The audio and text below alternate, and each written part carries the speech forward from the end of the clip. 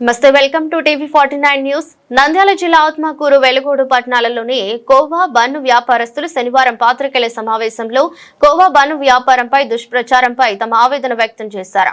గత వారం మేడారం సమ్మక్క సారక్క జాతరలో కోవా బన్ను వ్యాపారం చేసే వ్యక్తి గురించి వివాదాలకు దారితీసింది. తక్కువ ధరకే వ్యాపారం చేస్తున్న వ్యక్తిని ఒక యూట్యూబ్ ఛానల్ వ్యక్తి పదే పదే ఫుడ్ జిహాద్ పేరుతో వ్యాపారానికి మతాన్ని పోయడం జరిగింది. ప్రస్తుతం ఆత్మకూరు, వెలుగోడు పట్టణాలలో దాదాపు 80% వరకు కోవా బన్ను వ్యాపారం చేసే వాళ్ళు ఉన్నారు. ఈ సంఘటన జరిగినప్పటి నుంచి వ్యాపారస్తులకు వ్యాపారాలు లేక చాలా ఆందోళన చెందుతున్నారు. వ్యాపారస్తులు మాట్లాడుతూ, మేము స్వచ్ఛమైన బర్రెపాలు, చక్కెర మరియు రవ్వ కలిపి చేస్తామని, మొత్తం ఒక కోవా బన్ను తయారైతే 5 రూపాయలు ఖర్చు అవుతుందని, అందుకే మేము 10 రూపాయలకే కోవా బన్ను అమ్మిన 5 రూపాయలు మిగులుతాయని, అంతేగాని ఏ విధమైన మత్తు పదార్థాలు కలపడం లేదని దయచేసి ప్రజలందరూ తెలుసుకోవాలని విజ్ఞప్తి చేశారు.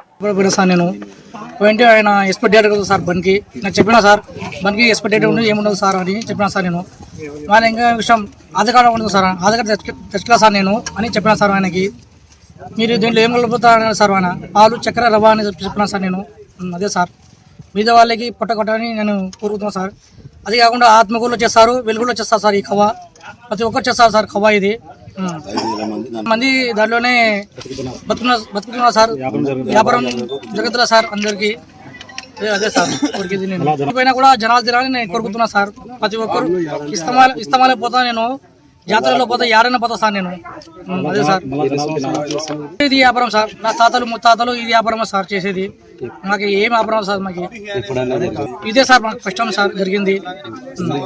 ఏంటంటే ఆయన అట్లా చెప్పినా సార్, మాకు మీరు ఇట్లా బతకను అని చెప్పినా సార్. నంద్యాల జిల్లా శ్రీశైలం నియోజకవర్గం వెలుగోడు సార్ మాది.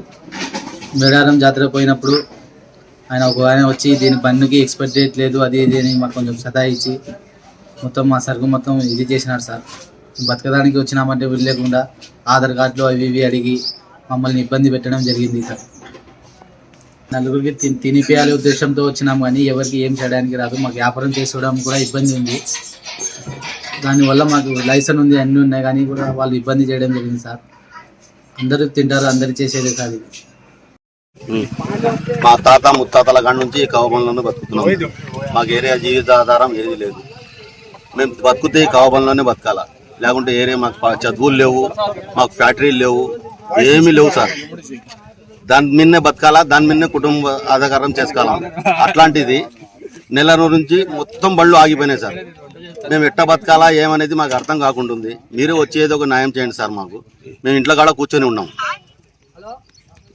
భాషా పాలకో బట్టిగాడికి నేను వచ్చినాను. నేను ఈ ఏరియా కౌన్సిలర్ కాబట్టి నాకు పిలిచినారు వాళ్ళు, మీడియా వాళ్ళు వచ్చినారని. ఈ కవ్వబన్ అనేది ఈరోజు కొత్తగా వచ్చింది కాదు, గత 40 సంవత్సరాలుగా వ్యాపారం జరుగుతుంది. గతంలో 3 రూపాయలకు 4 రూపాయలు 5 రూపాయల నుంచి ఇప్పుడు రేట్లు పెరిగి 10 రూపాయలు అమ్ముతున్నారు. వాళ్ళు సొంతంగా బర్రెలు పెట్టి పాలు చేసుకొని కవ్వ తయారు చేసి అమ్ముకుంటున్నారు. వాళ్ళు షోరూమ్లు పెట్టలేదు, ఖర్చులు తక్కువ వాళ్ళకు. వాళ్ళు ఇచ్చే బన్ను కూడా చిన్నది, అందుకే వాళ్ళకి 10 రూపాయలకు 12 రూపాయలకు ఎత్తుంది. షోరూమ్లు పెట్టి, స్వీట్ స్టార్లు పెట్టి, గుమాసాలు పెట్టి, ఖర్చులు పెట్టి రేటు ఎక్కువ అమ్ముతున్నారు వాళ్ళు. దానికి కంపేర్ చేయవద్దు మీరు దయచేసి. ఈ కవ్వబన్ మేడారం జాతరనే కాదు, కడప ఇస్తమాలో కూడా 15 లక్షల మంది వచ్చారు. అక్కడ కూడా అమ్మినారు మనోళ్ళు. ఆత్మూరు ఇస్తమాలో అమ్మినారు. ఎక్కడ క్రౌడ్ ఉంటే అక్కడికి చర్చిల గాడికి పోతారు వాళ్ళు. క్రౌడ్ ఉంటే అక్కడ వ్యాపారాన్ని పొట్టగొడికి పోతారు వాళ్ళు. వాళ్ళు ఏమంటే దాదాపుగా 4-5 వేల కుటుంబాలు బతుకుతున్నాయి దీని మీద. మేము చిన్నప్పటి నుంచి చూస్తున్నాము. ఈ కవ్వ తిన్న తర్వాత ఎవరికి ఎఫెక్ట్ లేదు. పిల్లలు పుట్టనేది ఒక అపోహ పెడుతున్నారు కానీ చాలా మంది అందరి పిల్లలు పుడుతున్నారు.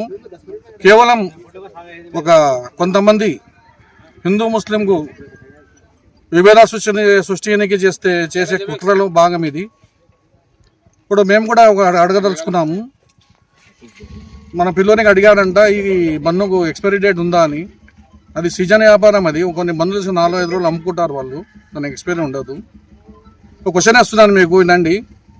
కొన్ని వేల లక్షల బండ్లు పానీపూరి అమ్ముతున్నాయి బండ్ల మీద. అందరు రాజస్థానీలే.